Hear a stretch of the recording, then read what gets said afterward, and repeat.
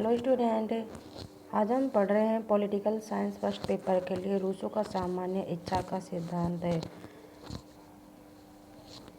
Answer है सामान्य इच्छा का सिद्धांत रूसो के राजनीतिक दर्शन में सबसे महत्वपूर्ण सिद्धांत है। रूसो ने अपने इस सिद्धांत में स्वतंत्रता, सत्ता, हित और कर्तव्य और व्यक्तिगता और सर्वव्यापकता में सामंजस्य प्रस्तुत किया है। कुछ विचारकों के अनुसार तो यह लोकतंत्र की आधारशिला है।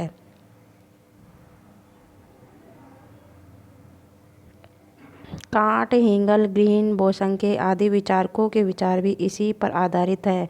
रूसो ने अपने सामाजिक समझौता सिद्धांत में कहा है कि समझौते द्वारा समाज के लिए व्यक्ति अपनी शक्ति का जो परित्याग करता है उससे उसकी व्यक्तिगत इच्छा का स्थान एक सामान्य इच्छा ले लेती है। रूसो के अनुसार प्रत्येक व्यक्ति की दो प्रमुख इच्छाएं होती हैं, यथार्थ इच्छा और आदर्श इच्छा।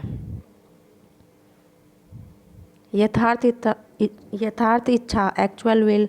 रूसो के अनुसार यथार्थ इच्छा स्वार्थ प्रधान होती है। यह केवल व्यक्तिगत हित को ध्यान में रखती है तथा सामाजिक हित का विचार नहीं करती है। यह व्यक्ति की अविवेक सोच का परिणाम होती है। यथार्थ इच्छा समाज विरोधी है।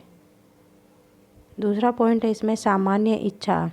समाज के सभी व्यक्तियों की आदर्श इच्छाओं का योग ही सामान्य इच्छा है। रूसो के अनुसार सभी नागरिकों की वह इच्छा जिसका उद्देश्य सामान्य हित हो सामान्य इच्छा कहलाती है।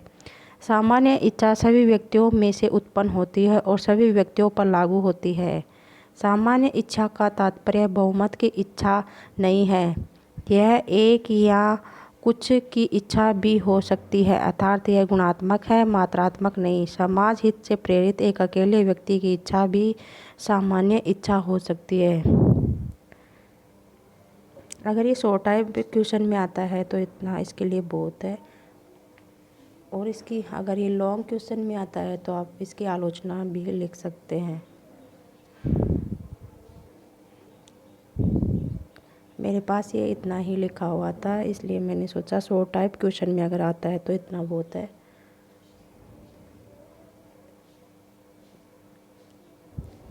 और इसकी आलोचना और इसकी विशेषताएं मैं नेक्स्ट वीडियो में अपलोड करूँगी। Okay student, all the best.